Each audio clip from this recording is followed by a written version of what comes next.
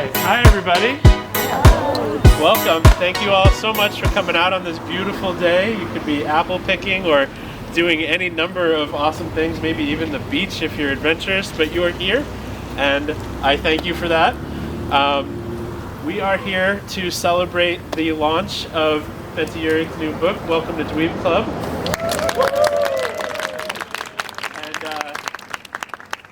And the paperback release of her first book is Tuesday, but we have them now because we're awesome.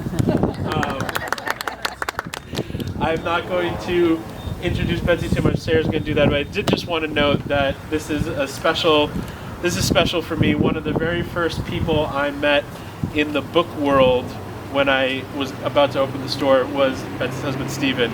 And at the time, he said, I'm a sales rep, and let me know if you ever want to sit down and buy books. I was like, sales rep? What the hell is that? And so it really means a lot that now here we are almost 4 years later, and we get to celebrate Betsy's book in person. So with that, I will turn it over to Sarah. Hi everybody, I'm Sarah Brandon, and I'm here to introduce and ask nosy questions of Betsy. I'm sure most of you know her, but if you don't, Betsy is the author of this incredible book, Double the Danger and Zero Zucchini. And she grew up in this area, and she still lives nearby, and that's why I know her. We're in the same critique group. We get together and read each other's manuscripts and give helpful and considerate advice to each other, always. And so I've been lucky enough to see early versions of Betsy's books, and it's so exciting to have them in printed form now. Betsy worked for a book publisher for many years, and if you don't know her website, you should go to it immediately, betsyuhrig.com, and you can learn all about her there, including that she doesn't like cheese, she makes great brownies, she punched her best friend in the nose twice, and when she was a child, she literally believed magic was real. So, Betsy, I think you're going to read to us from your book, and I can't wait. I am, but first I'm going to say thank you to everyone who came here. This is so weird to see so many of you in person when I've been seeing you over Zoom or not at all, and Paul's telling me to yell. Can you guys hear in the back? Can Rebecca? A little bit. Okay.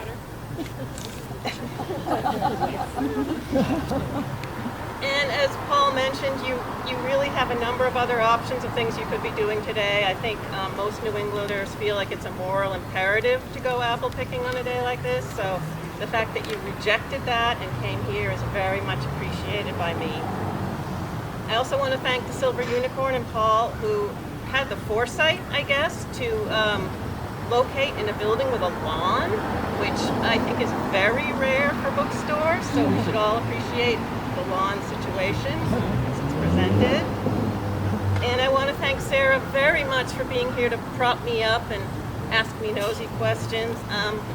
She is, as she said, a member of my critique group. She is an author, illustrator of lovely, warm-hearted, funny picture books, and I had to basically pry her out of her studio to come here and do this for me. So thank you, Sarah.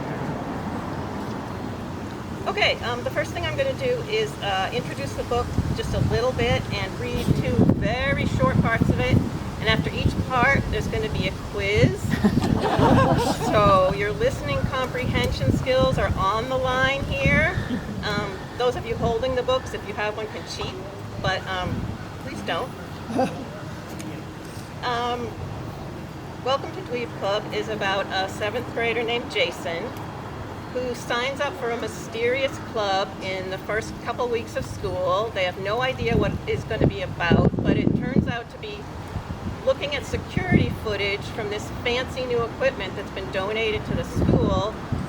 And their first job is basically to find out what's been stealing the croutons in the cafeteria, which the cover kind of gives away here.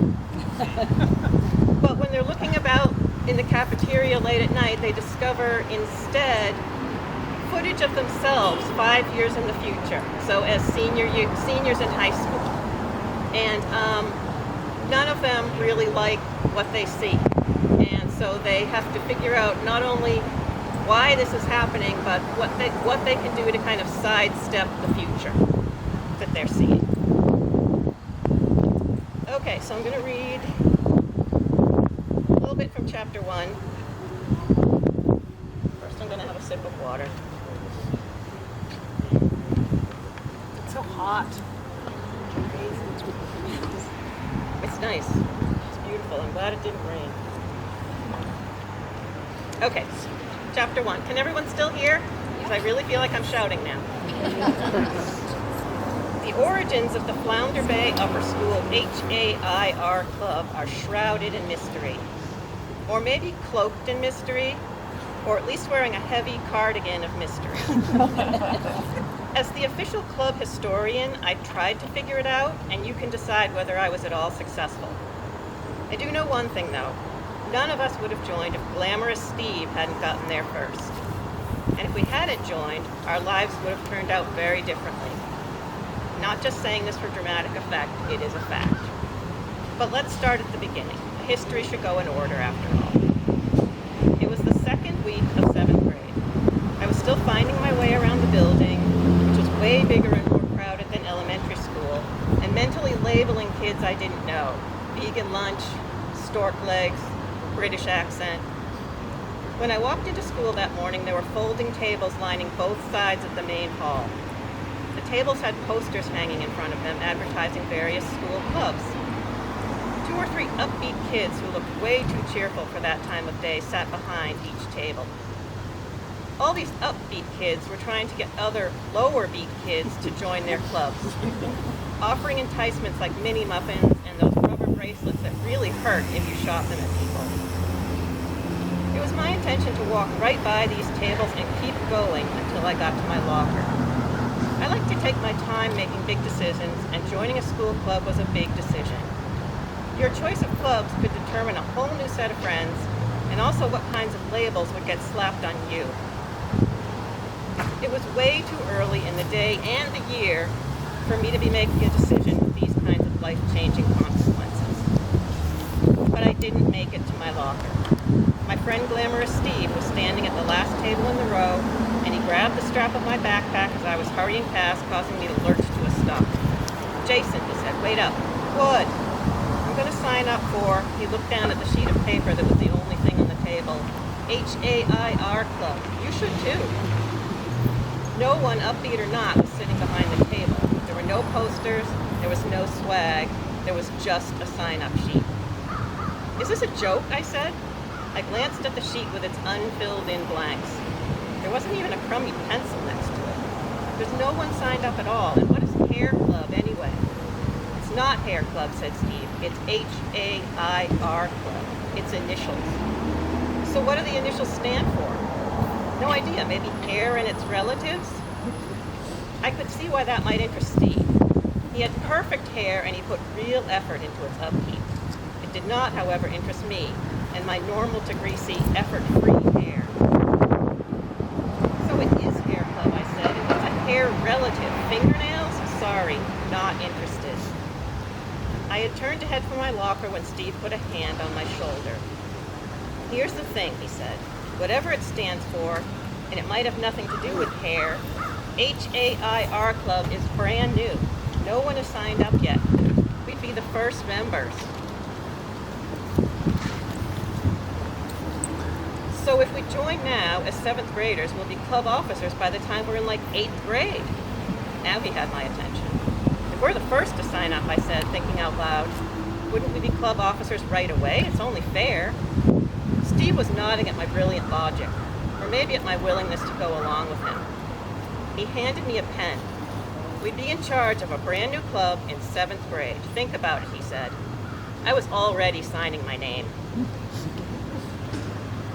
Okay, you ready for your quiz? Sarah is going to keep an eye on who shouts out the answer correctly first, and that person will win one of these many delightful prizes I have next to me. All right, here it is. Sarah's not going to be able to pay attention. Okay. What does HAIR stand for?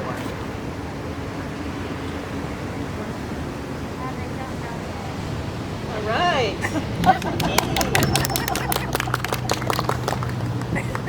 Come right up for your glorious prize. You're welcome. Matches your shirt. All right. This one's even more difficult, so concentrate. What does HAIR spell? Little striped person. Yay!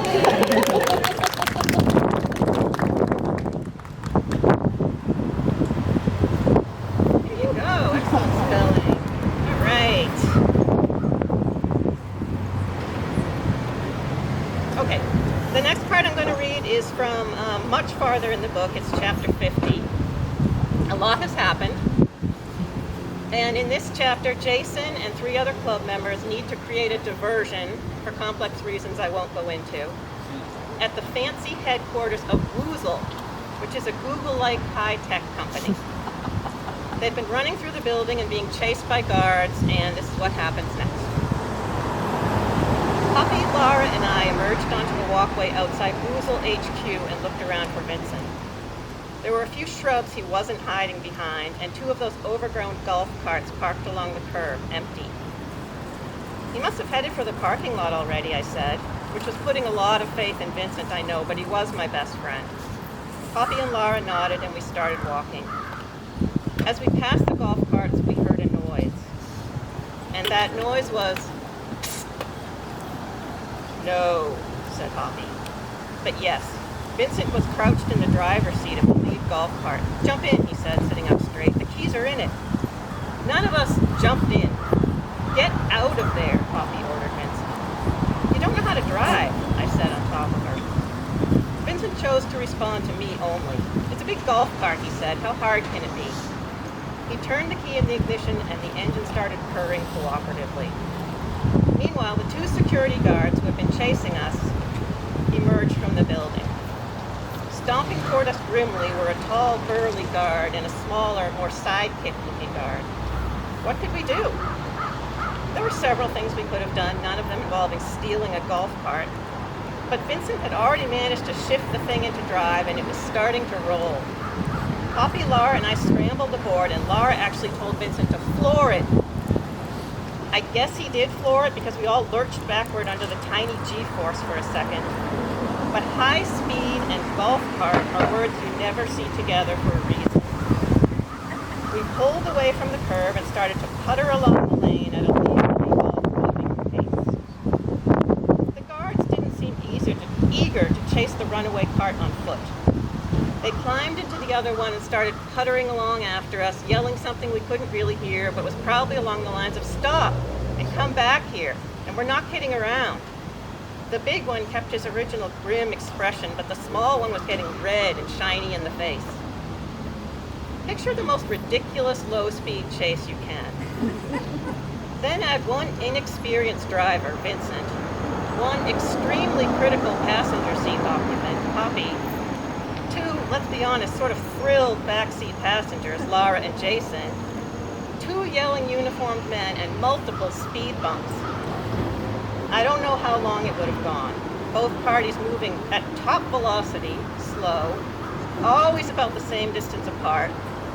If Poppy hadn't told Vincent to hurry up, and Vincent hadn't reached the golf course portion of our drive at the same time. "I'm going to off-road it," Vincent announced.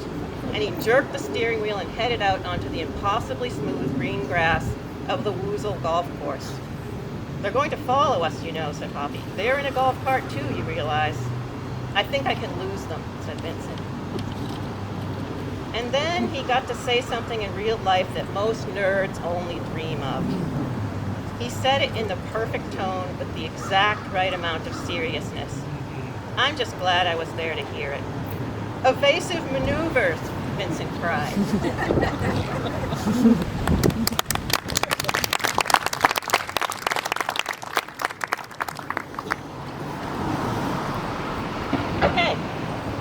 That's my favorite bit from the book.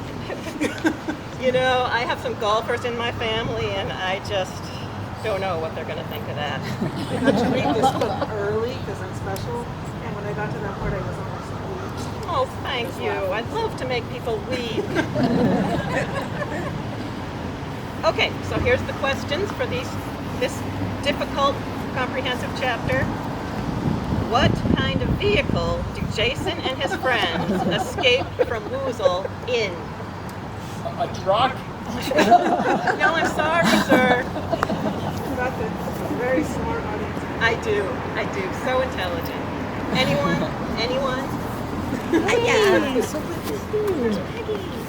Golf cart. Yay!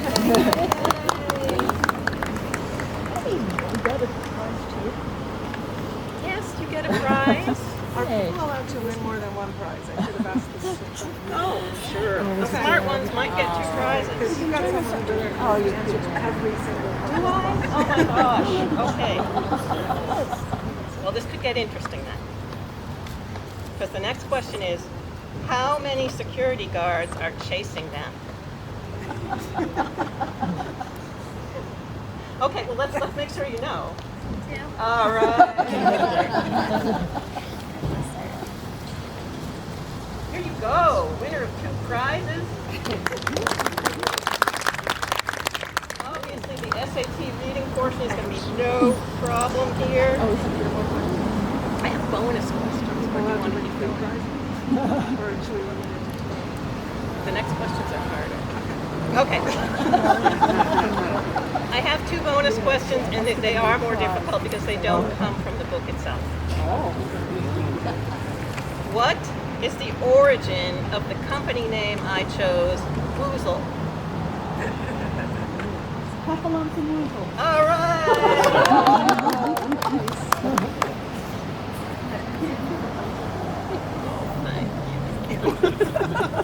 Okay. Last bonus question. What is the origin of the phrase evasive maneuvers?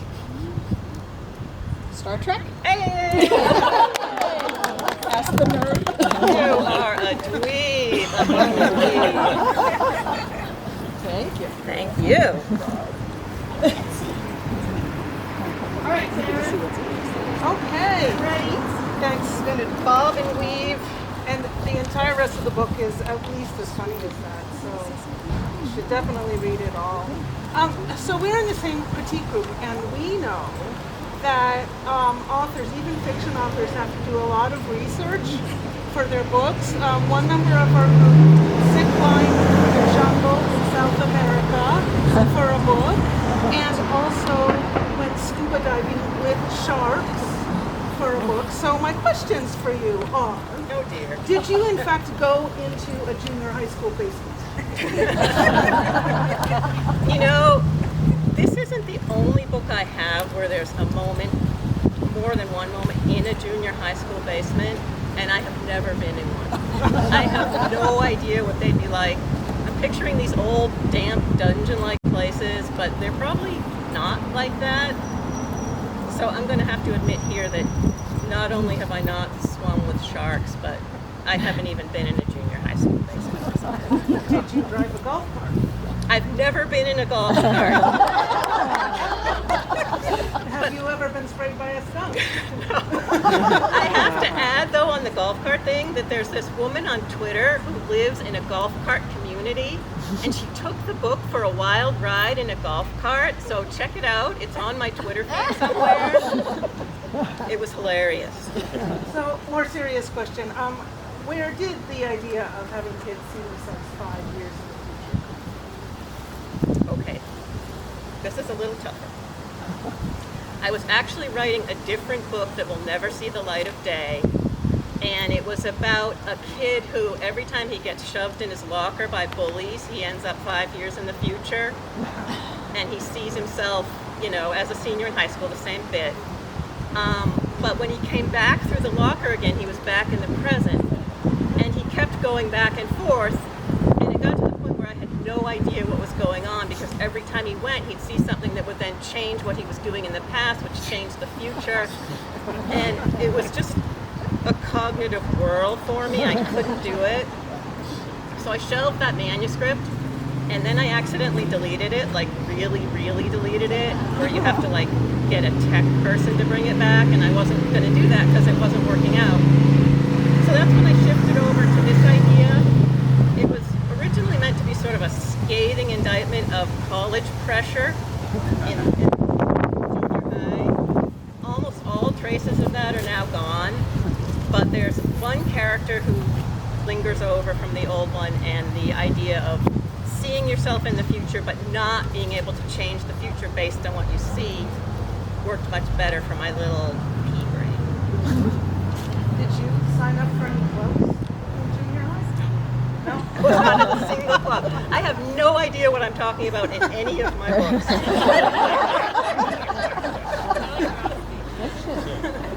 It's fiction. I'm really curious about this one. The narrator in both of your books so far are both boys, which is fascinating. So I wondered why, and if you'll ever have a story told from the point of view of a girl.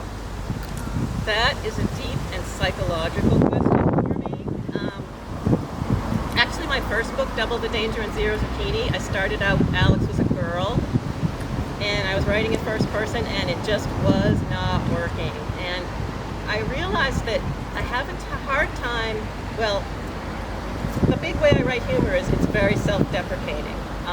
The kid is always like, look at me, I'm failing, ha ha ha. And I just realized that I couldn't bring myself to do that to a girl for some reason. So I do have books that I'm working on that have girl main characters, but they are written in third person for reasons that are just living deep within inside my psyche. So, 7th grade again. Okay. I don't remember anything in 7th grade except that I was in HMS. What part? What part? I was a sailor. So what is your most exciting worst? I might have to blame some people here. Not me. Exciting, I really couldn't even tell you. I mean, oh, you know what? It was when our junior high gymnastics team, we lost the tri-meet, and then it turned out that they had scored it wrong. So we were all called back into this room, and we were like, what's going on? What's going on? And they were like, you won after all. And that was really pretty exciting. A low point would be someone whose name I won't mention and with whom I won't make eye contact. Passing a note to a boy I liked, telling him about my situation. I still think of it every time I drive by his street.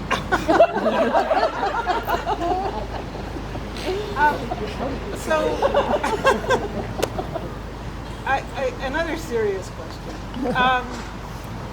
Truly serious. So you have these hilarious books inside your head. I know that everything you write is this funny, or at least everything I've ever seen. And you worked for a publisher for years as a copywriter. Why didn't you write books sooner? What took you this long? Oh, it was. Tell us about your whole journey towards publishing. My journey involved copy editing books, especially a few for children that I thought could have been funnier. And so I was like, this really could be funnier. What's going on here? Why aren't they doing this a little more toward my sense of humor? And I basically had to tell myself to shut up and write your own book if you think something could be funnier. So I started writing during my lunch hours. I'd write for like half an hour a day most days, and you'd be surprised at how many books you can get done doing that. So that's what I did, and there's actually a little bit more of a log jam than you might think of books that could potentially, I hope, see the light of day. In all this time when you were writing, would you get them to the point of submitting? Just keeping them locked away? I tried to submit one, and I did a terrible job at it, and I can give people all kinds of advice on what not to do if you're submitting a book to agents. Pretty much if you could do it wrong besides actually showing up at their house, I did it. So I did not get very far that way, and then I sort of stopped for a while, and a few years went by before I sort of did anything. And then I confessed to Deb here that I was working on some writing, and she didn't feel sorry for me, and it was she who hooked me up with the critique group. And that was when I realized that there were ways to do this that were correct and logical, and you could do it over time. And that's what kind of gave me the impulse to start to try a little harder, I guess. So you asked your friends? I did. I asked my friends. Always do. I admitted to my friends that I had a nasty little habit of writing during lunch hour. I only have one question because I can tell people have questions out here. It's very important for everybody reading this book. How do you pronounce prescient? Prescient. Prescient. It's probably wrong. Anyone that reads a ton and doesn't get out much knows that you can read words over and over again and have this pronunciation for them that's entirely wrong until your husband tells you about it. So I honestly have no idea how it's really pronounced. Yeah, I pronounce it prescient. Prescient? I'm exactly the same as you. I don't Okay. really know. No. And it No. comes up a lot. I should probably learn. Do folks have questions for Betsy? Yes, it's time for the Q&A portion of our the audience cues. And if you have questions for Sarah about illustrating or being a professional writer instead of one who squeezes it in during lunch. Hi, Laura. Hello. Tell us about the cover art and how did that happen? Is it totally the publisher's choice, or were you looped in, or what? People might be surprised to know that it's totally the publisher's choice, as is the actual title of the book. You sign away those rights when you sign a contract. So they sent me a sketch of the cover, and they wanted me to make sure that each of the kids looked the way they were supposed to look. So I got a pencil sketch, and I tweaked a little bit because, certain people weren't wearing the correct outfits or whatever. And then when I saw the color version, it was just awesome. And that was when I noticed that they have these shadows behind them that you might think are just shadows because they're in the dark in school, but they show them older and taller, which is very, very cool. So, yeah, I like that. Thank you. Helen?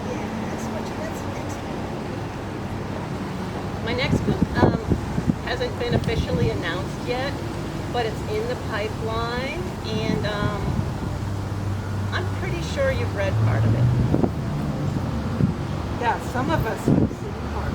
Yes. The rest of you will just have to wait.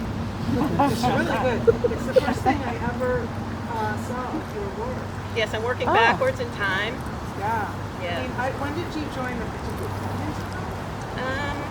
Not very Say good. 5, Was it? No. 6. I thought it was. I don't know. But yeah, I remember I just sort of sat down and was like, oh, well, let's see what this new person is. And the next thing they were all laughing and falling over chairs. And I was drenched in sweat at this point, but I'm sure no one noticed. It's so terrifying. It is. That first reading at the critique group, man, whoa, yeah. You're like, Peggy? Can I ask a two-part question? You can. I won't remember the second part. So were you writing this book at lunch hour when you were sitting right next to me on State Street? That is a good question, Peggy. Who was my manager at the time? No, not this book. Actually, probably the one before, before that. And yeah. It was lunch hour, that's okay. And the second one was, how did the critique group help you? The critique group, I have to say, for anyone who's an aspiring writer, is awesome. I had no idea there was such a thing as critique groups, and that you read your book to, or 8 pages of it basically, in each installment, to a bunch of people who are writing more or less the same thing, or at least for the same audience. But everyone has different opinions, and everyone's like, I didn't understand what you meant when you said this, or like, then others are like, I understood it, what's your problem? And then you sort of go back and forth. And if everyone likes something, you know to keep it in, and if no one understands something, you know to take it out. And it's just so helpful, even just knowing there are other people in the same situation you are and trying the same thing and working toward the same goal, and some of them are ahead of you, and you can sort of aspire to that, and it really was very inspiring, I guess. It's nice too because somebody is going to have had some experience that's relevant, whether it was with a certain thing or something you learned at a conference or something that happened to them. So it's just a real pool of knowledge, not just about writing, but about the whole business. Because we're all, as a human, we have to learn the business. So, Train, we're all going to take a pause.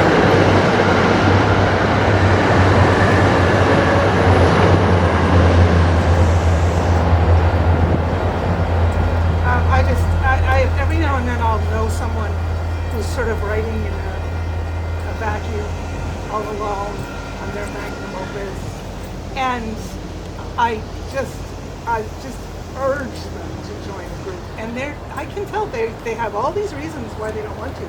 It's just because they're scared. Yep. It's really scary. Yeah. But they need it. I can just tell that you take the book to the publishable level. All the potential's there, but Yeah. really Really can. Plus the whole ins and outs and what not to do. There's so much what not to do, and it really just helps. And everyone pictures writers like toiling away in a garret or in the next cube over to their manager. And you just picture this lonely thing, but it really doesn't have to be. You can get a lot of input from people in a critique group, or you can have someone read the whole thing, which at least one lovely person here, who I can't spot at the moment, has done. And it's just so most of the time it's in the garret, yeah, but you can come out. You can poke your head out of the garret and be social and learn a lot. Sarah?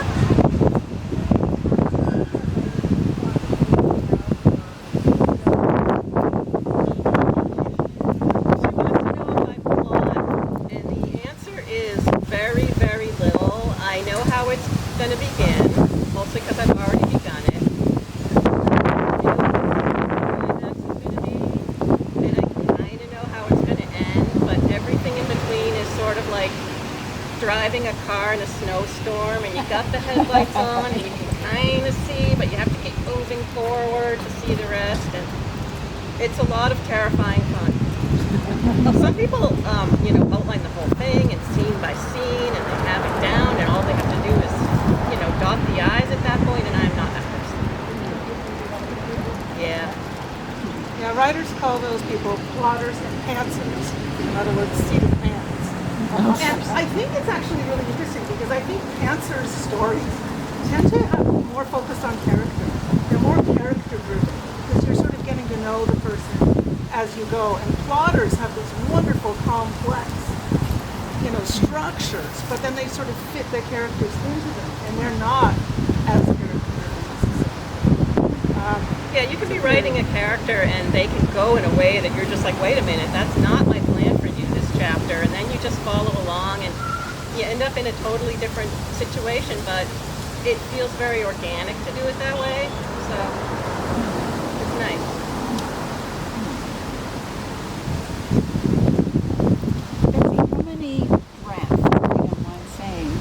You were happy with that? She asked how many drafts there are, and I'm not a drafter. I don't write the whole thing and then put it away and write on top of it and put that away. I just keep writing on top of it. If I were writing by hand, there'd be no paper anymore. It would have been written over so many times. So I have no idea. Usually what I do is I write a bit, and then I come back to it the next day and I edit that and then write a little more. So it's like a coral reef, really, of very slow accretion. And it's all one draft, basically. And you know those things where you can go and it shows you how long you've been editing something in Word? No. I don't want to know.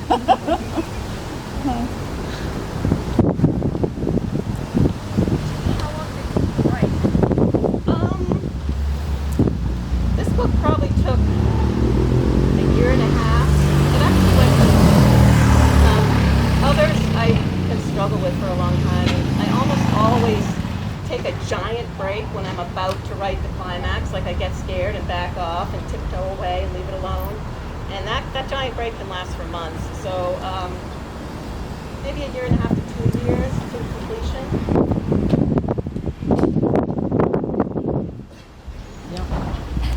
What did you do that was really wrong before you joined your Okay, I didn't send like food, which was like the only thing I did, and like show up at their house. But I would. This is embarrassing. I typed up this list of characters who were in the book, and it was all elaborate, and it was meant to be sort of a weird menu that they could read, and then I had the letter attached to it under that, and it was not good.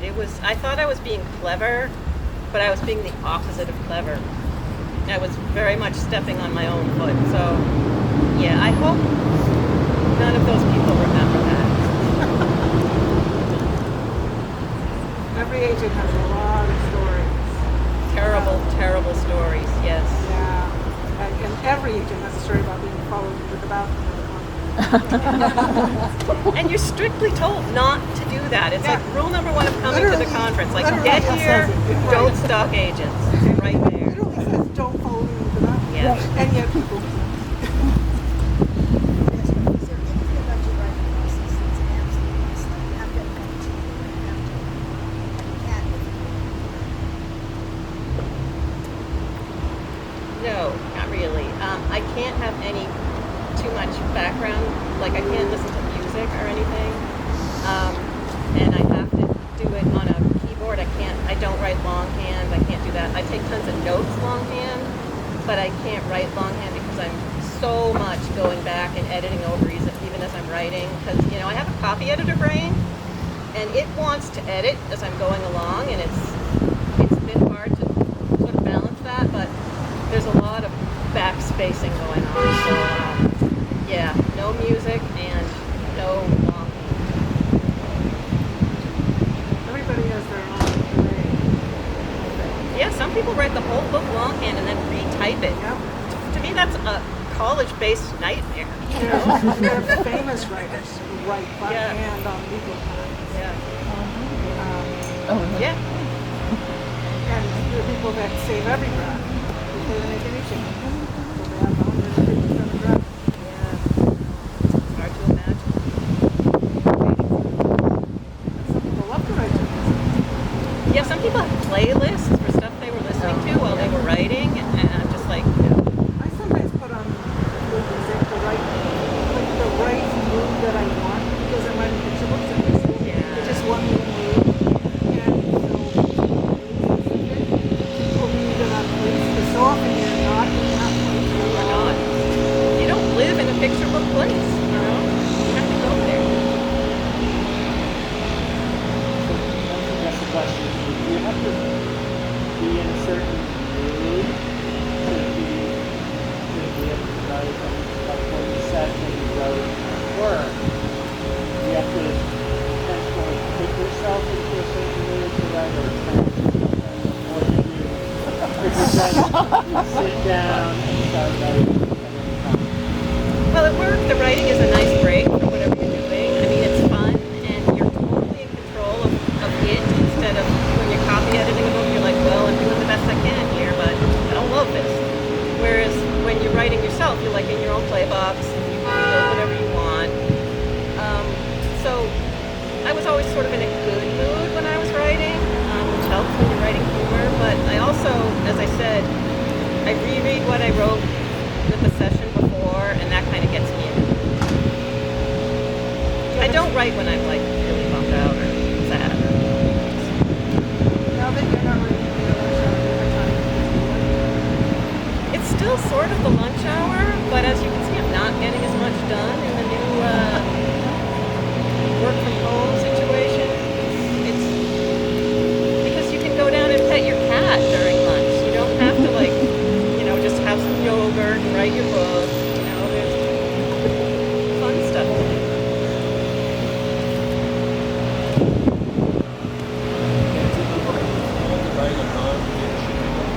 Absolutely not. No. Too much research. Nonfiction. No. As you know, I do not research.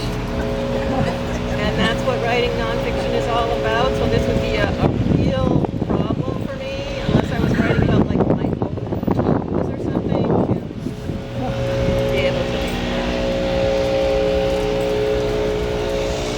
My house really want to like people need some candy, pick up some swag, bring any of this home, buy all these books. You said we were all going to be members of the Dweeb You do. There's Dweeb Club badges there for you, honorary members. Also, everyone here should know that the bookstore supply chain between publishers and bookstores is bad right now. just right now.